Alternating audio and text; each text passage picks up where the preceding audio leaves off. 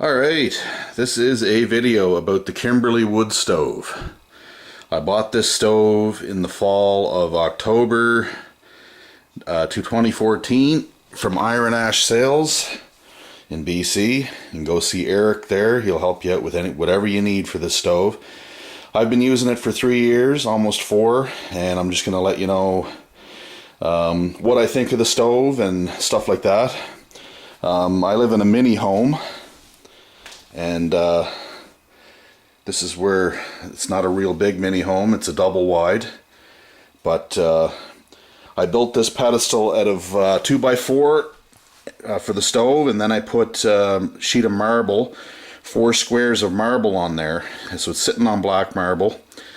At some point I'm building a rock wall for the back here out of river stones. I've got a frame that I'm gluing river stones into. I'm going to put a decorative trim around it.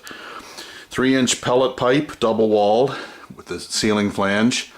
That all went easy. There's 6 inches of clearance between the pipe and the wall. That's all that you need. Stove's been great.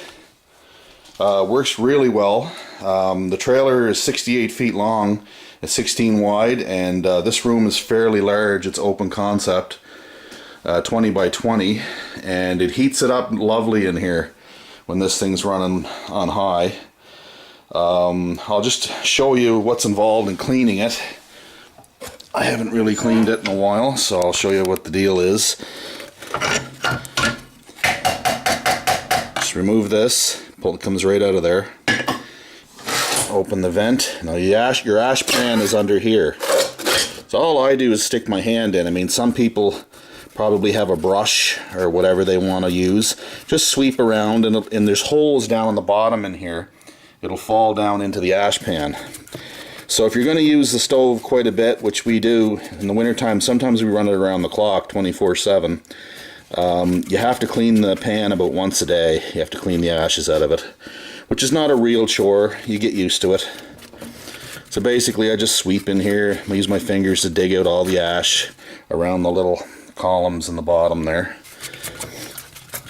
And then when I'm happy with it, pull the tray out. That's kind of what you're left with, the byproduct of the burning.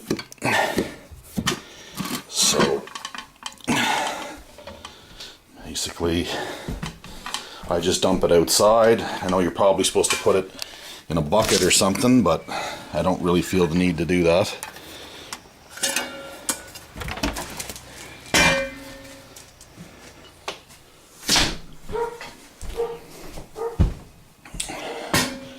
Anyway, when you're done with that, put the pan in, make sure your air vent works. Put your little grate thing back in. Okay, and then you can load up your kindling. Now what I use is just stuff that I split from hardwood, just small pieces like that, or even smaller. The Kimberley stove actually says the less wood you put in there initially, the better the thing will catch. It's probably pretty true. Oh, that piece went flying. Anyway, you just shove some wood in there, and since I'm a lazy fire starter, I use propane with a quick fire end on it.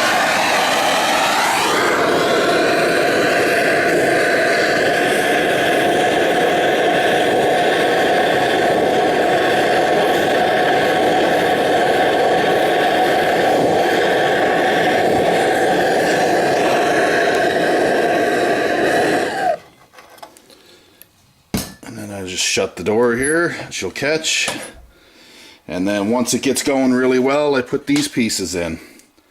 It's just pieces that I cut, little chunks. Alrighty. I'll release another video maybe to go with this when it's actually going.